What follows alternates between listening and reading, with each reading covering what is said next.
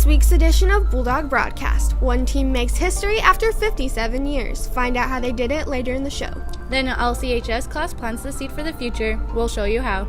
And lastly, we learn the effects of something that could soon change the way we go about our everyday lives, all unfolding in this week's broadcast.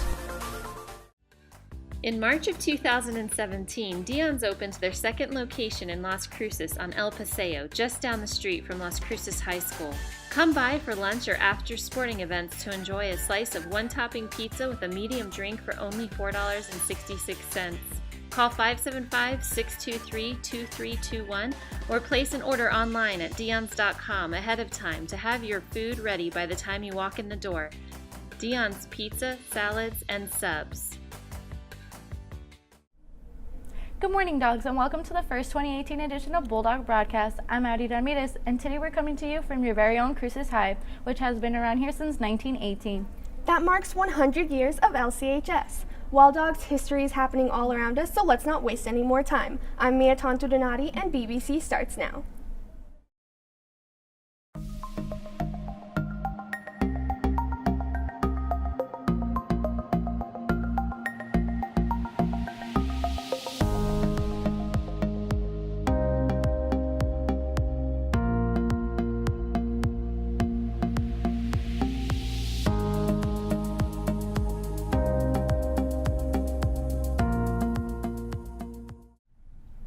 Football is a large part of American lives, with 136.57 million people watching the NFL in the last 12 months. The sport comes up as a close second to baseball, which back in October made a comeback to be America's favorite sport. Letta now reveals how one team's backbreaking work changed the community, players, and future generations. For the past 57 years, the New Mexico State Aggie football team has been in a drought, but not the kind of drought that you would normally think of. They've been in a bowl drought, though that all changed December 29, 2017, when the Aggies won the Arizona Bowl in a 29-26 game. We spoke to head football coach Doug Martin to get his take on this momentous victory. I knew it was going to be a close game anyway because we were really well matched up, both teams. I really had a comfort about our team because we really learned how to win close games and battle through some adversity. And I really felt like if we got them in overtime, we could win the game. When they returned the kickoff for a touchdown, it was a huge downer for our whole team and for everybody. But then when Jason Huntley ran it back for us, it really just flipped the whole script of the game. The game proved to be an intense one against Utah State when they went into overtime, although the winning touchdown to end the game 29-26 was ran in by starter senior Larry Rose III. For the team, it was a moment of triumph. For Coach Martin, it was much more. It was just kind of get to exhale for the first time, because it's, like I say, it's been a long journey, and it was very much worth the wait. Coach Martin also attributes a lot of their success to the players' effort and the immense support from fans and the entire community.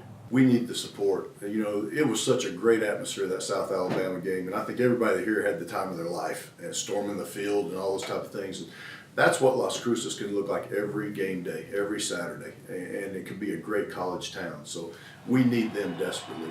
Well, the seniors just very grateful to those guys. I mean, they really they stuck in here through a process. It was a long process. They're the reason that we're having the success we're having right now. And they will always go down as winners and bowl champions, and nobody can ever take that away from them. Here in New Mexico, we have a lot of culture and diversity, but people in other parts of the U.S. aren't as fortunate. According to Census.gov, roughly 10% of New Mexico's residents were born out of the country, and approximately 13.7% in the U.S. in 2015. An LCHS club sheds more light on the subject of immigration. Let's take a look.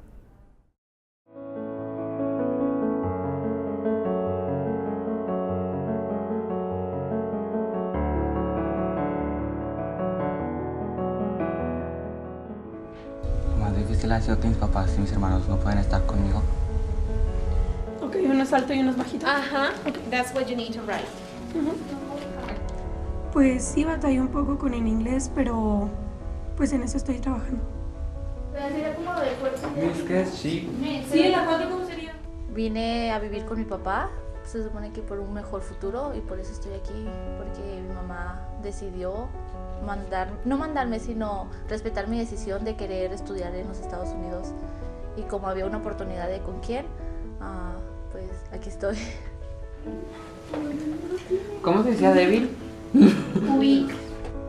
Pues creo que lo más difícil es pues que las personas te acepten, que pues que te tomen en cuenta y pues acomodarte a ellas.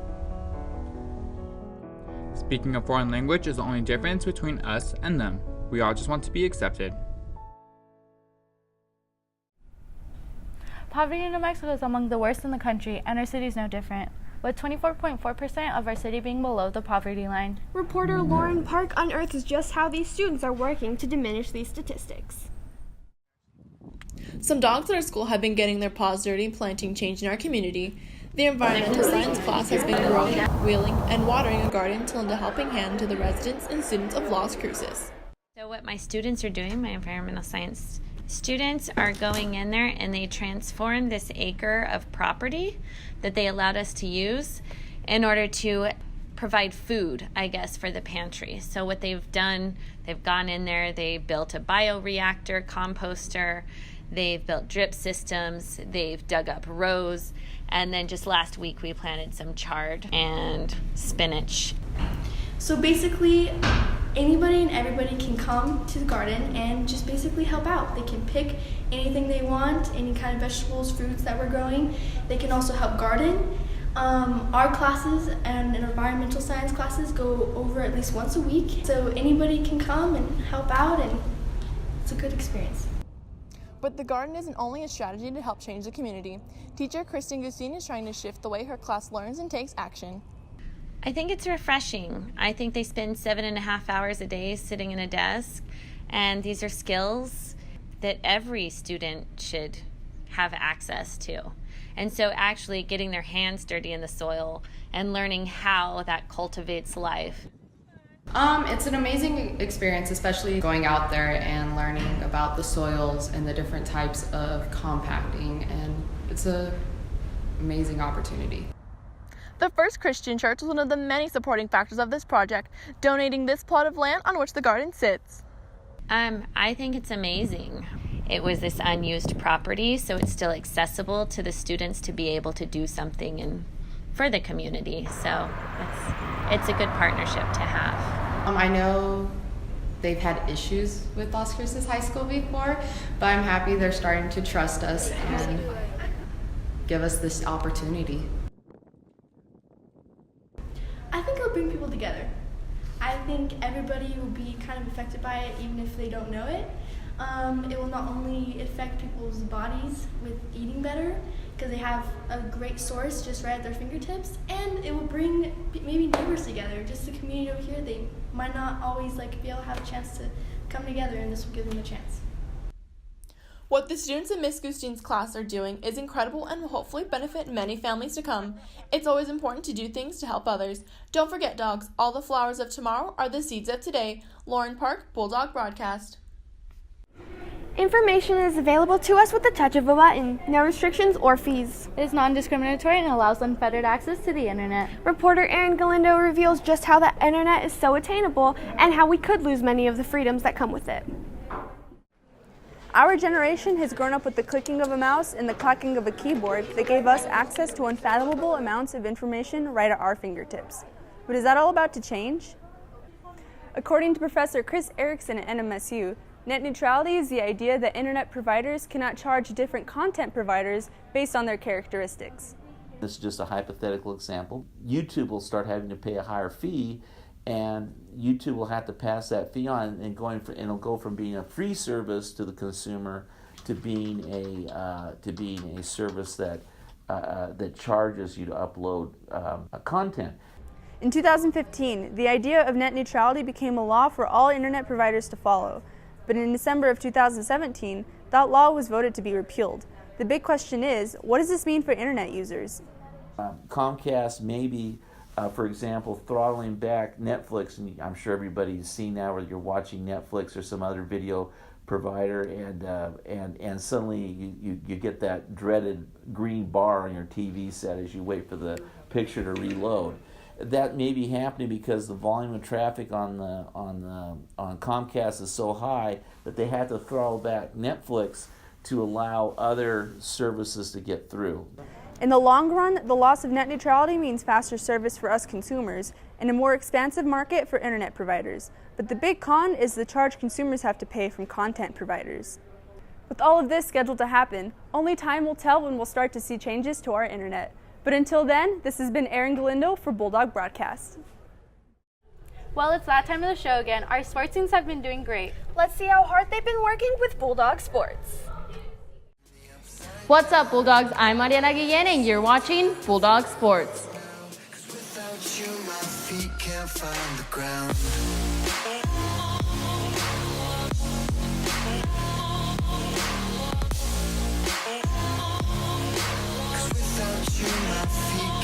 Over the break, girls basketball played in the Holiday Hoopla Tournament where they reigned victorious for the third consecutive year. Great job, ladies. The ladies followed that by playing Carlsbad last week where they sadly lost their winning streak 37-39. Then they went to battle with the Hawks where they won 56-40. Their next game will be tonight against Oñate here at the Dog Pound. Make sure you come out and support.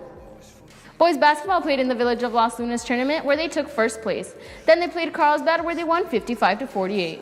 Soon after, they played Centennial, where they came out on top 72-31. Congratulations to Marcus Collins for scoring his 1,000th point against Centennial. The boys' next game will be tonight against Oñate. Go get 'em, boys. As the new year is in full swing, we sure forgot all the accomplishments that were made. Let's take it back to 2017 Fall Athletics. Our volleyball team ended their season 15-9 overall and 10-3 in district. Fantastic season, ladies. Then 8-9-2 is how our girls soccer team ended their season overall. They also finished district 4-7-1. We can't wait to see them back better than ever in August. Boys soccer closed off their season 10-10-1 overall and 5-6-1 in district. We can't wait to see them back in August. Football didn't fail to impress us, ending their season 10-2 overall and 6-0 in district. Great job, boys.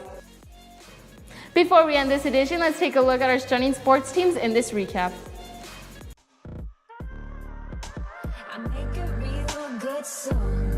Out of you, time and ticking slow. Yes, overdue. Aren't you glad to meet me? I think you should.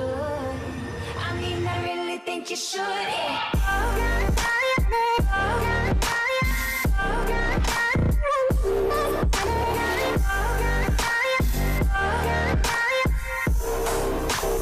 Aren't you glad to meet me?